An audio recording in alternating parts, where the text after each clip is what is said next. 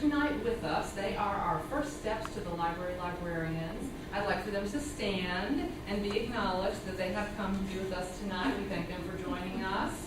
So Betty and Betsy work at the library, and the library gives in kind office space, computers, and we also are happy to receive up to a 40% discount off of the books from our vendor. They visit the centers once a month, leading Storytime. When they go to the centers to lead Storytime, they model the best way to do a Storytime, and those are known as best practices. They want to make sure that the children hear the name of the book, the author of the book. Books are written by people and illustrated by them. We want children to know that. They read the story from beginning to end so that the children can capture the rhythm and lyricism and poetry of the language.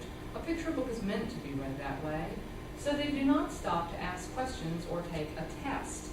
If you were reading a novel and you finished a chapter and knew that you had to ask questions after it, your reading would not be as pleasurable. It would be interrupted.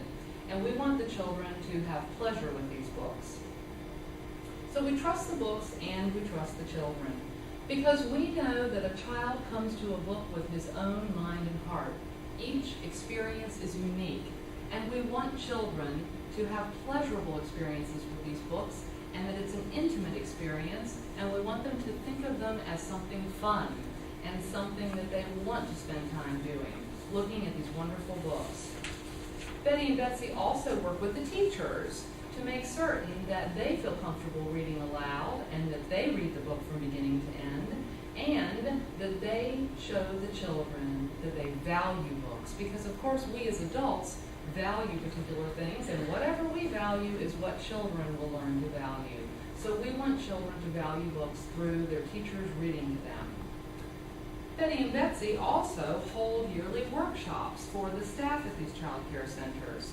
They have held workshops on music and puppetry. You might remember the First Steps to the Library brought the very famous Jim Trelease to Columbia. His book has sold over 11 million copies, the Read Aloud Handbook. He came to speak to the teachers, and soon they're hoping to do a workshop on Mother Goose, because the rhyming in books is very important for children. If a child can rhyme by the time he is 4, he will be a good reader. And this book has lots of rhymes. A told B, and B told C. I'll meet you at the top of the coconut tree. Chicka, chicka, boom, boom. And the boys and girls, of course, always say that boom, boom. There was a special project that some teachers did with Chicka, chicka, boom, boom. Yes, when I visited Samuel's Blessed Bears, I found that through a workshop that Betty and Betsy had led, they had made their very own Chicka Chicka Boom Boom tree. And the children now not only experience the book, but they have a very tactile experience with the book and the letters, and they get to touch it. And every morning when they come to their child care center, their Chicka Chicka Boom Boom tree is there waiting for them.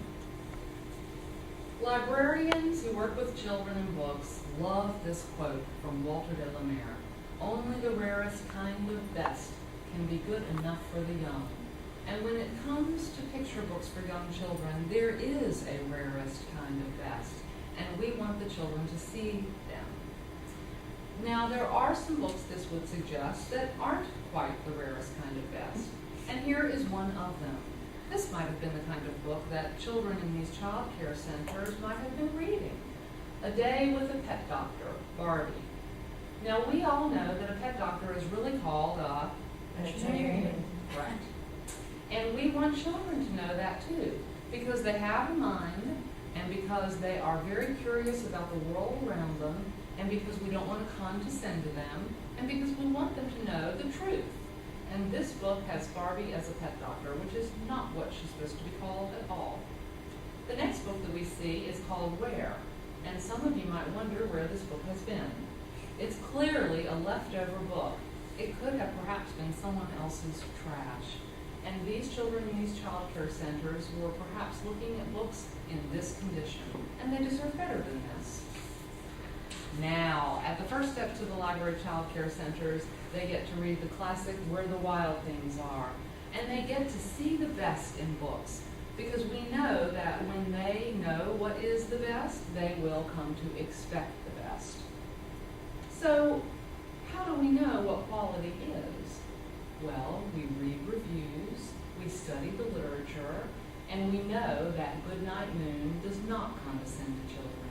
In 1947, it was published in 1947, you either read it as a child or perhaps you've been reading it to your children or grandchildren. Where is the Green Sheet by Mem Fox? Books that are childlike and not childish. In your packet, you're going to find an article about Where is the Green Sheet, and Mem Fox will tell you the thought that went into the writing of this book. Or Sing Along Song by Joanne Mackin, which is a book that speaks to children. They see themselves in this book. We buy books that are reviewed in these journals, so we're certain that we're getting quality.